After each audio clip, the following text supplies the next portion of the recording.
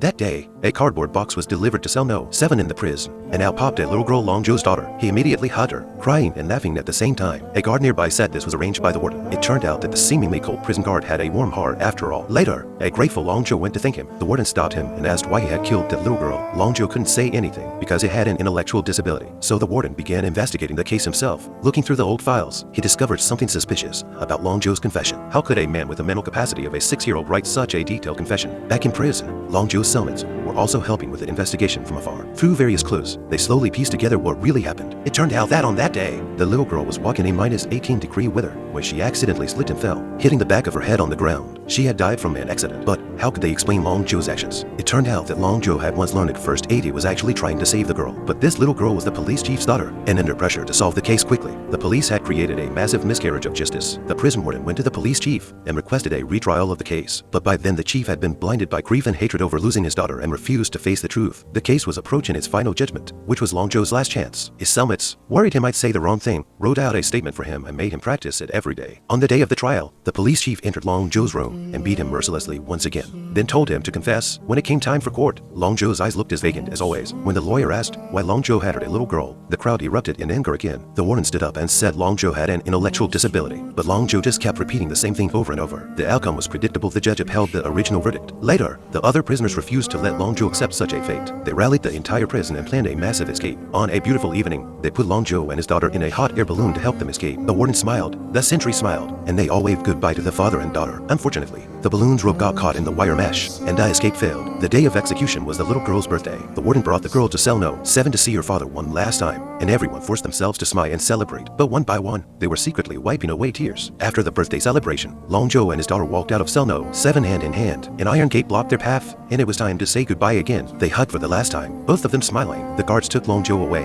and at the corner, he still happily made a funny face for his daughter. Long Joe was gone, but as soon as he turned the corner, he collapsed on the ground. Meanwhile, his daughter stared at the corner, waiting for her father to jump out and surprise her like he always did. This time, there was no one there. After waiting a while longer, the girl finally couldn't hold back anymore and began to cry. Long Joe seemed to suddenly wake up. He ran back desperately and grabbed his daughter through the iron gate, both of them sobbing uncontrollably. This man who had never cried no matter who beat him, when he realized he would never see his daughter again, he begged everyone around him for help for the first time. He pleaded with the warden to save him. The warden shed tears. He couldn't save him. This world couldn't save an angel. In the end, Long Joe was executed. Later, the warden adopted the little girl and raised her as his own daughter. Many years later, the girl became a lawyer, just as her father had wished. She was honest and kind. She found the men from cell No. 7 one by one to testify for Long Joe, defending him again and again. The daughter succeeded. Long Joe was found innocent. The girl walked out of the prison as snow began to fall outside. In a daze, she saw Long Joe in a hot air balloon, waving at her.